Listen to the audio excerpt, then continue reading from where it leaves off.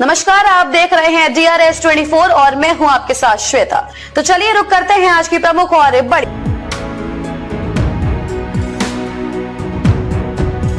अब आपको बेटी की शादी की कोई टेंशन नहीं लेनी। संस्था करेगी आपकी मदद। आप शादी घर से भी कर सकते हो और संस्था द्वारा सम्मेलन से भी कर सकते हो।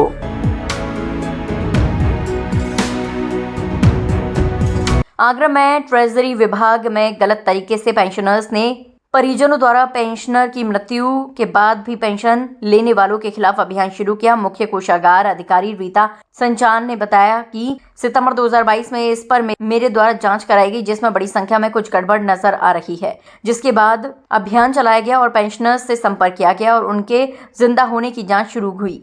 तो पता चला कि बड़ी संख्या में ऐसे लोग हैं जो मृत हो चुके हैं, लेकिन विभाग में उनकी मौत की सूचना नहीं दी गई है और पेंशन जारी होती रही। उन्होंने बताया कि पहले ही वित्तीय वर्ष में करीब 8 खरीद रुपए की वसूली ऐसे लोगों से की गई, जिसके बाद अगले वित्तीय वर्ष में भी करीब 4 से 5 करोड़ रुपए ऐसे पेंशनर्स के परिवारों से वसूले गए जो पेंशनर के मरने के बाद भी पेंशन ले रहे थे।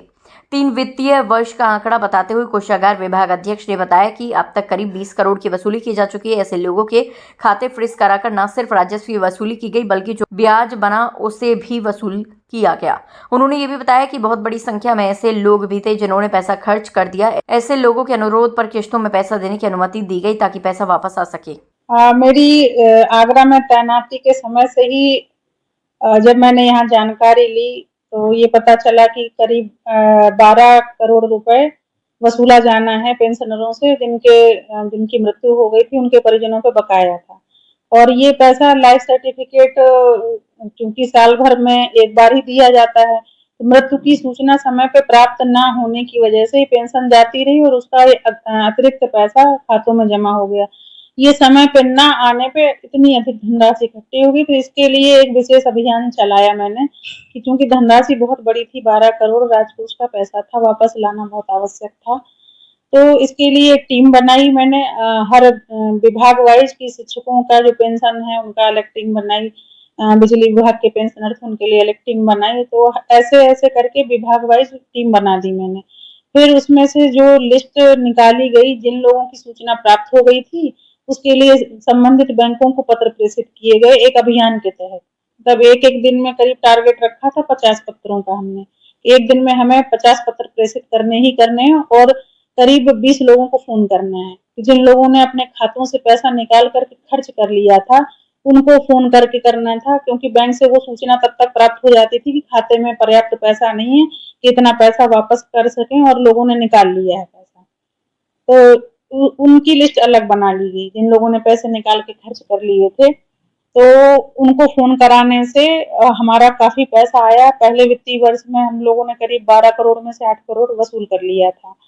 फिर जो शेष बचा, बीच बीच में कुछ धनराशि बढ़ती भी रही, क्योंकि लगातार कहीं ना कहीं पेंशनर की मृत्यु बीच बीच में भी होती रही, तो कुछ कुछ ऐड भी होता रहा, वसूल भी होता रहा।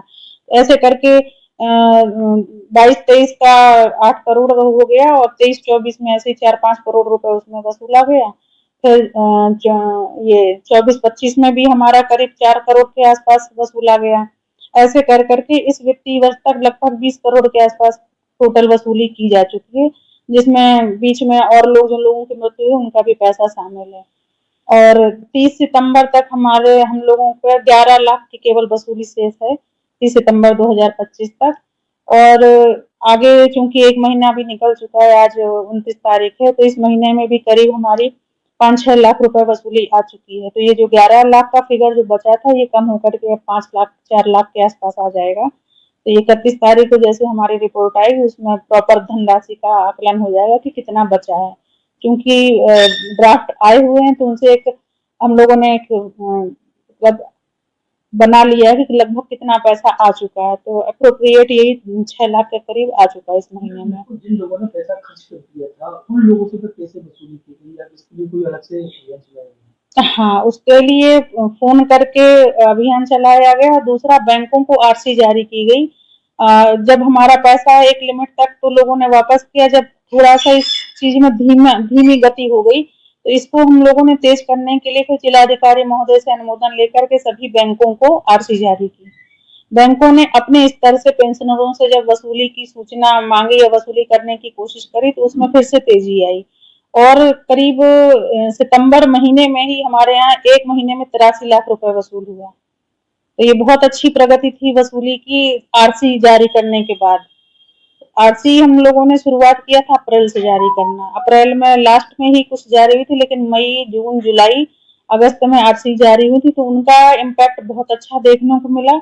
बहुत अच्छा पैसा वसूल हुआ हम लोगों का इसमें। इस वित्तीय वर्ष में करीब 3 करोड़ के आसपास वसूल हो चुका है।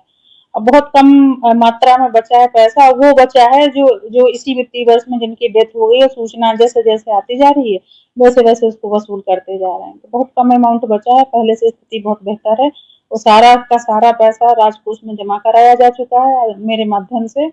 और आगे इस चीज पे बिल्कुल नियंत्रण रखने के लिए हम लोगों ने कमर कस ली है कि कोई भी राजकोष का पैसा कहीं पे बकाया न रह जाए। इसके लिए जागरूकता भी कराई गई पेंशनरों के मध्य में। और उसके लिए हम लोगों ने, जैसे हमारे यहाँ पेंशनर दिवस होता है 17 दिसंबर को प्रत्येक वर्ष होता है, तो आगरा को, केवल आगरा जिले में हम लोगों ने हर 3 महीने पे हमने एक मिनी पेंशनर दिवस रखा ताकि पेंशनरों की समस्याओं को भी सुना जा सके और ये जो राजकोष का पैसा है या अन्य सुविधाएं जो पेंशनरों को दी जाने उनसे अवगत भी कराया जा सके, उनका निराकरण भी कराया जा सके।